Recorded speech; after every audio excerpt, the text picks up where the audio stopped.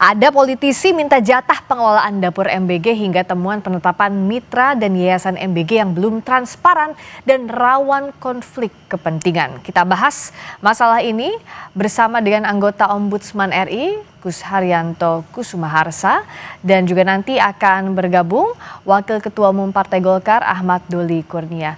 Selamat malam, Pak Gus. Oke, selamat malam, Mbak Firly. Terima kasih. Saya ingin tahu dulu lebih dalam. Sebenarnya kalau dari temuannya Ombudsman, apa konkretnya ada intervensi politik? Apa saja indikatornya, apa saja temuannya? Oke, yang baru kita keluarkan itu adalah kajian cepat Ombudsman, rapid assessment Ombudsman, di mana kita melakukan kajian terhadap penyelenggaraan makan bergizi gratis di SPPG. Jadi ada 3 tahapan. Pertama, pada saat SPPG itu melakukan pendaftaran. Kemudian yang kedua, SPPG melakukan penyelenggaraan layanan makan bergizi, jadi operasionalnya. Kemudian yang ketiga, mekanisme atau sistem pengawasan di BGN terhadap SPPG itu seperti apa. Nah, kita temukan bahwa di dalam pendaftaran ini kan banyak yang belum terverifikasi, tapi ada juga yang sudah terverifikasi dan mendapatkan istilahnya ketetapan untuk sebagai SPPG. Nah, dari situ kami melihat ada maladministrasi penundaan berlarut dari proses pendaftaran itu. Satu. Terus yang kedua, ya memang ada yang artinya ada yang sesuai, ada yang masih mengantri gitu ya, mengantri cukup lama tidak ketahuan kapan akan ada. Nah, dari situ kemudian kita melihat ada SPPG yang memang berafiliasi. Tapi permasalahannya memang seperti yang tadi dari DPR menyatakan, kalau melanggar itulah yang bermasalah itulah. Kalau kebebasan berusaha siapa saja boleh berusaha ya, tetapi memang jangan sampai konflik of interest juga. Tetapi ketika sudah masuk ke SPPG, semestinya dia juga mengikuti standar layanan yang harus dipatuhi. Pak Kus, sebenarnya aturan mainnya seperti apa sih? Agar kita tahu nih batasannya mana yang memang bisa ada konflik kepentingan, mana yang diperbolehkan dalam hal kebebasan berusaha. Ya, oke. Ini BGN kan ada porsi dia membangun sendiri atau dia membuka mitra gitu ya. Artinya mitra ini harus melalui proses pendaftaran. Nah, pendaftaran ini melalui serangkaian verifikasi, begitulah. Nah, dalam hal proses pendaftaran ini yang kami melihat pertama ada permasalahan penundaan berlarut dan transparansi. Jadi kalau memang semuanya ini memang ini sudah bagus, harus melalui kanal pendaftaran. Sudah disediakan di situsnya. Tetapi ya itu, apakah kemudian proses verifikasi ini benar-benar memenuhi persyaratan atau sekedar kedekatan itu tadi. Nah, kami ingin memastikan itu. Karena ini kan harus jelas ya, saat ada kanal pendaftaran sebenarnya sudah dibuka kanalnya. Tapi proses verifikasinya semestinya seperti apa? Nah, temuan Ombudsman yang dianggap, yang kemungkinan ada kemungkinan pelanggaran itu seperti apa dengan adanya afiliasi politik? Di bagian mananya, verifikasinya kah atau seperti apa? Ya, begini. Ketika ini program ini berasal dari anggaran bantuan pemerintah, maka itu kemudian harus disalurkan melalui badan hukum yang namanya yayasan. Nah, yayasan ini kemudian punya mitra yang namanya SPPG. Nah, SPPG-nya barang tentu bisa masyarakat umum semua gitu kan, tapi yayasannya itu bisa terafiliasi ke politik dan terafiliasi yang macam-macam. Gitu. Nah, pada titik ini kita tidak mempermasalahkan itu dulu, tetapi mempermasalahkan apakah SPPG ini benar-benar telah memenuhi persyaratan atau tidak. Kalau gara-gara ada afiliasi kemudian memperingan persyaratan yang memang seharusnya sudah ditentukan, nah itu yang jadi permasalahan maladministrasi.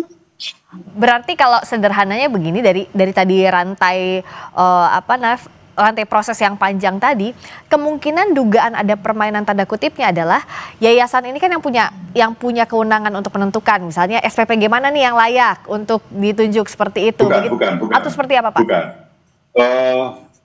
Jadi SPPG itu harus berbadan hukum yayasan. Kalau dia tidak berbadan hukum yayasan, dia harus menginduk ke sebuah yayasan. Oke. Nah, akhirnya di lapangan yayasan ini bisa mencari SPPG, calon SPPG gitu ya, calon SPPG sehingga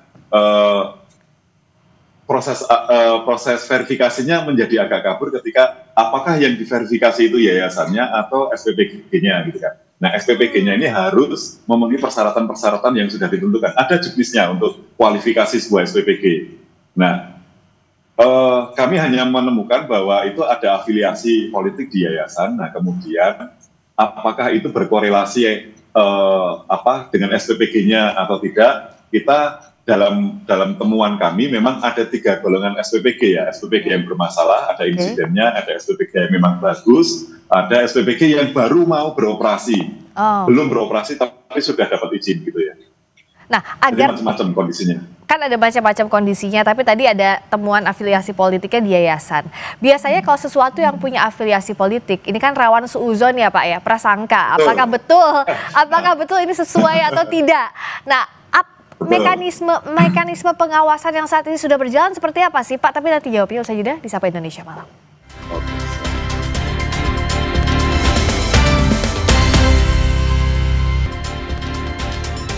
Masih di Sapa Indonesia Malam, masih membahas soal ada politisi minta jatah pengelolaan dapur MBG hingga temuan penetapan mitra dari yayasan MBG yang belum transparan dan rawan konflik kepentingan. Kita bahas masalah ini bersama Wakil Ketua Umum Partai Golkar Ahmad Doli Kurnia dan Kepala Keasistenan Analisis Pencegahan Maladministrasi Sektor Ekonomi 1 Kus Haryanto Kusumaharsa. Saya masih ke Pak Kus dulu sambil menunggu sambungan ke Bang Doli. Pak Kus tadi menyambung yang tadi. Jadi sebenarnya yang jadi kekhawatiran adalah kalau ada afiliasi politik pasti ada suuzon, ada prasangka di sana. Nah, sebenarnya mekanisme pengawasan seperti ini selama ini seperti apa? Ya, itu yang jadi objek kajian kita semua ya, Mbak. Jadi setelah proses pendaftaran, proses penyelenggaraan ini pengawasannya seperti apa? Nah, pengawasan yang dijadikan acuan itu adalah juknisnya. Jadi juknisnya itu apakah diselenggarakan atau tidak. Gitu ya. Jadi proses disiplin SPPG dalam melaksanakan juknis untuk menjamin keamanan pangan itu yang kami periksa, dan memang pengawasan di ombudsman, pengawasan ombudsman kepada SPPG itu menemukan bahwa masih perlu ada pengawasan lebih lanjut dan pembinaan karena tidak semuanya itu memahami juknis dengan benar. Ya. Ada juga karena perubahan juknis ya. Jadi ini yang kemudian diharapkan BGN lebih ketat lagi melakukan pembinaan dan pengawasan kepada SPPG. Oke, saya mau tanyakan soal afiliasi politik, soal pengawasan dan juga juknis ke Bung Doli. Bung Doli, malam. Malam. Apa kabar? Senang akhirnya ketemu lagi. Baik. Tadi saya udah ngobrol nih sama Pak Kus, temuannya ombudsman. Salah satunya ada yayasan, ini terafiliasi dengan kepentingan politik. Nah, kalau misalnya Bung Doli lihat, apa sebenarnya yang harus di-clearkan ke publik agar tidak jadi prasangka buruk? Pertama kan ini program sebetulnya program yang baik ya. Ya. Dan saya kira dulu pada saat kampanyenya Pak Prabowo ini disampaikan berkali-kali rencana program ini akan dilaksanakan setelah beliau jadi presiden, dan itu saya kira diterima oleh masyarakat ya. Mungkin salah satu kenapa masyarakat memberikan pilihan kepada Pak Presiden Pak Prabowo itu karena ada program ini. Dan program ini kan memang bukan hanya untuk masa sekarang tapi juga masa depan ya. Program yang futuristik, membuat anak-anak kita sehat, jasmani maupun rohani, juga kecerdasannya juga dengan makanan yang bergizi ini tuh bisa terjamin di masa datang. Nah, cuman karena ini program yang masif gitu ya, melibatkan sekian juta orang, tentu pasti di awal-awal ada timbul masalah gitu loh. Nah, oleh karena itu saya kira sekarang kan dengan kejadian yang semakin meningkat soal temuan penyimpangan, ada keracunan segala macam gitu. Nah, pemerintah kan sekarang ambil langkah cepat ya, bentukan tim semua dari kementerian terkait termasuk Kementerian Kesehatan juga diturunkan. Ombudsman juga melakukan pencermatan, observasi, ditemukanlah beberapa persoalan. Dan dalam waktu dekat kan Presiden sudah mengatakan akan menerbitkan Perpres ya, tata kelola gitu tentang MBG ini. Nah, dengan adanya nanti diterbitkan tata kelola tentang MBG ini, ya mudah-mudahan ada perbaikan-perbaikan ke depan ya, sehingga adanya apa namanya, katakanlah error gitu ya, atau adanya kekeliruan, penyimpangan itu tidak bisa terjadi lagi.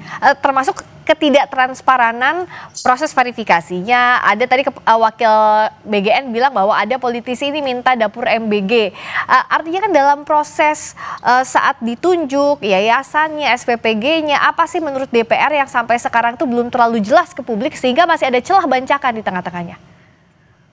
Iya, saya kira nanti harus dibuka ya, apa kriteria yang memang harus dipenuhi ketika seseorang atau kelompok orang itu ingin terlibat di dalam program ini, termasuk pembentukan dapur umumnya, terus nah izinnya siapa yang menerbitkan dan melalui siapa gitu ya.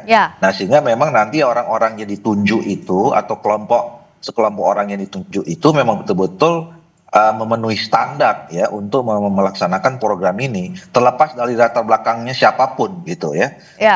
Kan tidak ada pembatasan kan, harus ada misalnya kelompok tertentu ini saja yang boleh, kelompok tertentu saya tidak boleh, siapa saja boleh, asal memang kemudian apa namanya ya, kriterianya jelas dan verifikasinya jelas.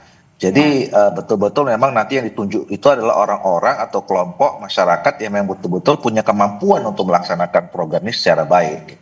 Ya, kan bayangan masyarakat kalau bicara soal ranah dasolun dasainnya, dalam bayangan itu harusnya kalau programnya masif jelas syarat-syaratnya apa, siapa aja yang bisa, bagaimana proses verifikasinya, begitu Bung Doli. Menurut Anda ini tidak matang di awal? Ya, apa namanya, kita harus jujur juga mengatakan bahwa selama ini kan apa namanya ya, kita jarang ya mendapatkan informasi yang lengkap tentang bagaimana proses pembentukan dapur gitu ya, siapa yang kemudian tim verifikatornya ya kan, kemudian bagaimana proses apa namanya pendistribusian anggarannya, katakanlah seperti itu gitu ya. Nah, dengan adanya problematika yang muncul sekarang itu saya kira menjadi bahan evaluasi kita semua ya, sehingga niat baiknya Pak Prabowo ya, rencana program yang sangat bagus ini memang harus sampai pada implementasi yang betul-betul sesuai dengan rencana gitu. Iya, kalau dari Ombudsman melihatnya, jangankan bicara soal juknis, untuk kita mengetahui kemana kita harus mendaftar kalau mau buka dapur MBG, prosesnya kayak gimana, mencari yayasan itu seperti apa, tidak terjelaskan dengan baik ya kalau Ombudsman lihat? Oke, ya. Memang sebenarnya kalau masyarakat ingin berpartisipasi untuk memiliki SPPG ya, berpartisipasi di situ, bisa dilihat di websitenya BGN, memang sudah bisa di situ ada kanalnya untuk melakukan pendaftaran gitu ya. Nah, itu dari situ yang kemudian kami berharap bahwa BGN sendiri dalam proses pendaftaran ini memenuhi standar pelayanan, itu yang kami sampaikan kepada BGN.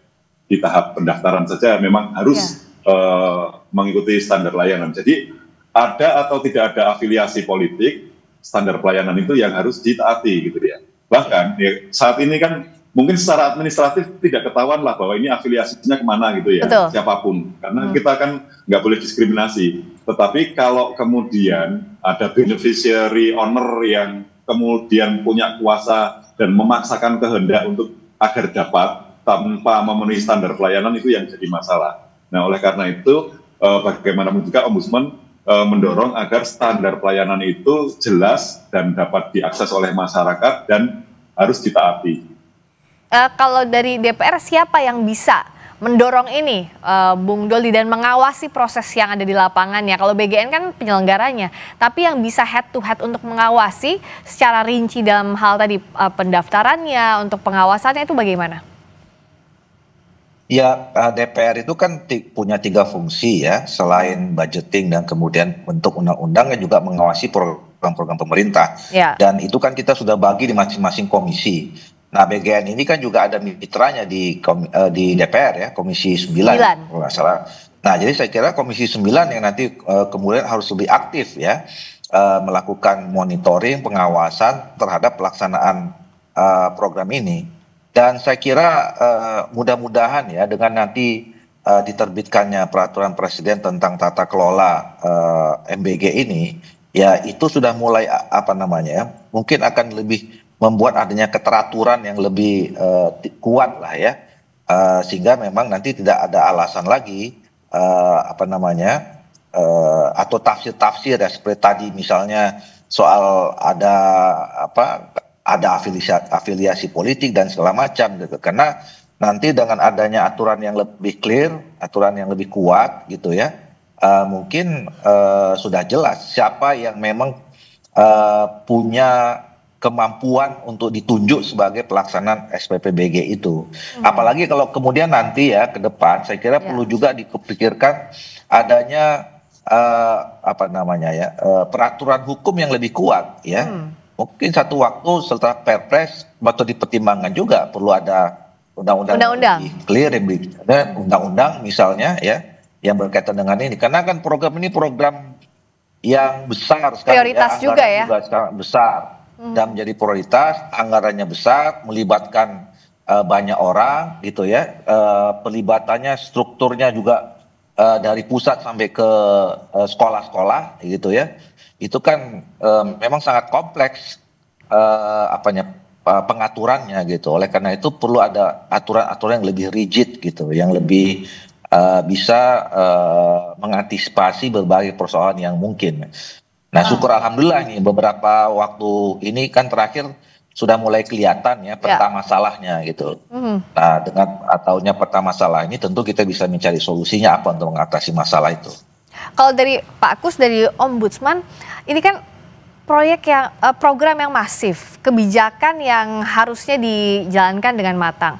Sebenarnya kalau dari perspektifnya pencegahan maladministrasi, apa sih yang semestinya jadi step awal sebelum program ini berlangsung? Apakah tadi seperti Bung Doli, kita sebenarnya butuh landasan hukum yang jauh lebih kuat dulu sebelum program ini berlangsung, misalnya sampai ke juknis. Iya, kalau juknisnya justru ada payungnya yang Perpres tadi itu yang kemudian memang menyusul ya. Saya dengar sudah ada draftnya di situ, sudah akan segera diterbitkan. Tapi memang kalau kita melihatnya di compliance-nya aja, compliance-nya ketika penyelenggaraan makan bergizi gratis ini di sektor pangan itu harus memenuhi keamanan pangan gitu ya. Karena bagaimanapun juga, kalaupun program makan bergizi gratis ini ingin sukses, artinya dari segi keamanan pangannya juga harus dijamin gitu kan. Baru kemudian keberlanjutannya. Kalau kita mau melihat apakah dampak program makan bergizi gratis itu benar-benar sudah memberikan tambahan nutrisi kepada targetednya, nah ini akan ada kajian lebih lanjutnya. Tapi secara praktek penyelenggaraannya yang jelas ada standar layanan yang harus dipenuhi, standar keamanan pangan yang harus dipenuhi. Gitu. Kalau memang saya Ombudsman sendiri juga menginginkan adanya regulasi yang lengkap gitu ya, karena Ombudsman juga mendorong adanya budaya hukum yang lebih baik gitu ya. Tapi barang tentu ini ada ranah politik, ada ranah administratif. Sementara ini kita lebih kepada compliance dan ranah administratif. Mungkin porsinya Pak Doli juga antara lain sebagai wakil rakyat dan kemudian untuk melakukan pengawasan dari sisi politik. Nah, untuk pengawasan politiknya, ini tugasnya DPR, Bung Doli ya, yang harus dikejar, termasuk kan kalau soal afiliasi politik, jangan sampai ini jadi proyek bancakan, itu yang akan diawasi ya, Bung Doli, walaupun ada kolega mungkin di situ.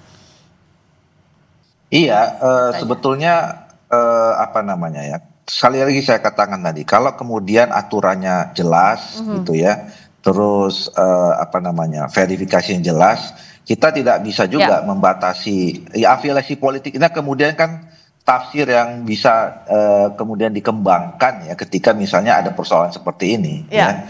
Nah, kalaupun misalnya seseorang itu terafiliasi politik tertentu, kemudian dia punya kecakapan, punya kemampuan untuk melaksanakannya, sebenarnya nggak ada problem juga. Kecuali kalau ada aturan yang mengatakan tidak boleh kelompok ini, tidak boleh kelompok itu. Kan selama ini kan setiap anggota masyarakat dan kelompok masyarakat yang merasa bisa dan punya kemampuan untuk mengatur pembentukan SPPG, bentuk dapur dan segala macam gitu kan, itu kan dipersilahkan saja. Nah, problemnya kemudian adalah pada saat pelaksanaannya ternyata ada ada kekeliruan. Nah, ini yang harus kita cari tahu kenapa sebabnya. Yang belum tentu bukan karena terafiliasi politik tertentu, kira-kira gitu. Nah di mana problemnya harus dicari agar ini judulnya program bukan proyek ya untuk makan bergizi gratis. Terima kasih. Betul, setuju. Baik, terima kasih Bung Ahmad Doli Kurnia, Wakil Ketua Umum Partai Golkar. Terima kasih juga ke Asisten Analisis Pencegahan Maladministrasi Sektor Ekonomi 1 Ombudsman Kus Haryanto Kusumaharsa. Terima kasih Pak Kus, terima kasih Bung Doli, selamat malam.